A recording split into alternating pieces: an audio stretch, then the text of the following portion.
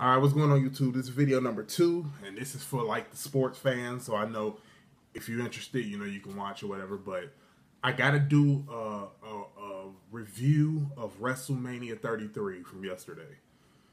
First and foremost, the Wrestlemania 33 was so incredible. I mean, it was so great. It was so bittersweet though. First of all, I'm just gonna run down a few matches. Like I said, every match I feel like lived up to the hype in a way. Everything was good. I would say Shane McMahon and AJ Styles was probably the biggest surprise to me because I didn't expect that match to really do much. But Shane is a fucking performer.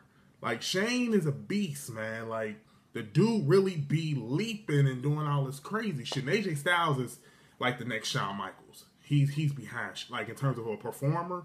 AJ Styles is one of the best. So I get that match was incredible. Like I said, you had the Raw's female division for the women's championship. I felt like that was better than the SmackDown one. That was miles away better than that because I feel like their level of talent is just so better. And plus, it wasn't like people probably predicted Bayley was gonna win. I didn't know, you know what I'm saying, but I predicted Naomi was going to win on her division, or Trinity, whatever the hell her name is. I predicted she was going to win, and she's one of my favorites over there, too. But I predicted she was going to win because she was in her hometown. So, but that was Charlotte is one of the best female wrestlers ever. She is seriously one of the best. So, that was a great match. But to me, the two I really want to talk about is the big shocks of the night. I think, first of all, the Randy Orton and Bray Wyatt match was just blah. Nobody cared about that match. Nobody cheered. It was such a bland match. You know what I'm saying? Like, very, very bland. Like, it didn't do anything for nobody. And Brock Lesnar and Goldberg, that match was better than last year. And it was a very aggressive match, but it wasn't a very long match. And that was also very predictable. We knew Brock Lesnar was going to win. There's no way that first of all, Goldberg's not going to keep the title. You know what I'm saying? So we already knew that Brock Lesnar was going to win. And I think Roman Reigns is going to take that from Brock Lesnar. So you got that. And then, who else fought? It was, Kevin Owens and Chris Jericho was a great match. Kevin Owens, he got the the United States Championship. So that was, great or whatever. I feel like the younger talent should get put over. But the two biggest things for me that stood out was, number one, Matt and Jeff Hardy is back.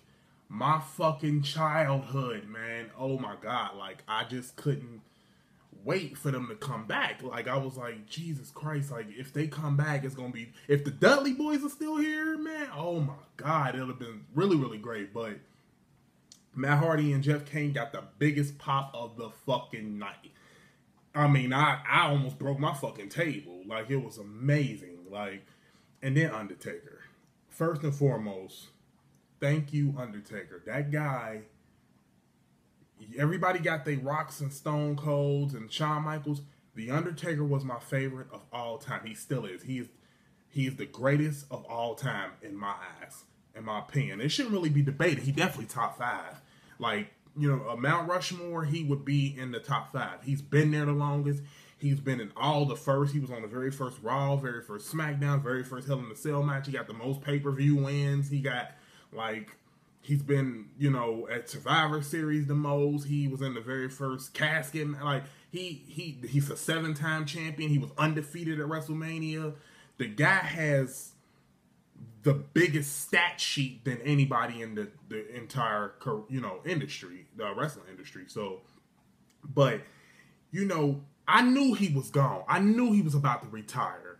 And I was telling my mom that I was like, he's going to retire because, at first, but it was still a little doubt in my mind. But it wasn't until JR came out.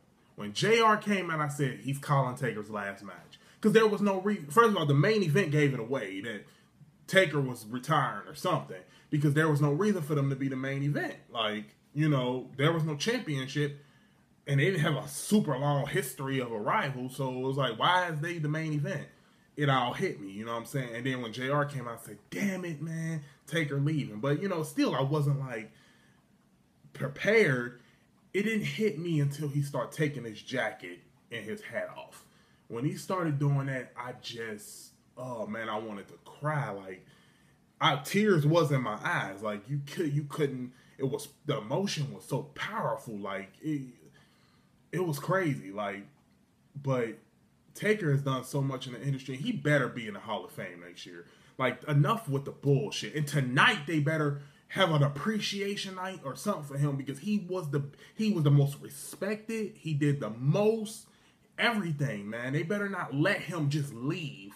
You feel me? Like, he was so much for the business. Like, but yeah, it was probably like I said, it was a bunch of other great matches and stuff like that. But those really the ones that stuck out to me. Like I said, Undertaker was bittersweet.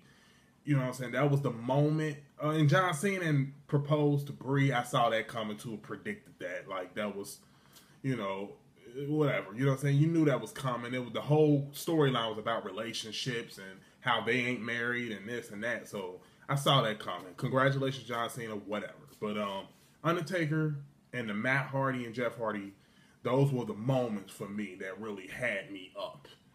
So, again, thank you, Taker, man. You are the greatest of all time, man. You better be in the Hall of Fame next year. And this one, a quick cover, you know, until next time, peace.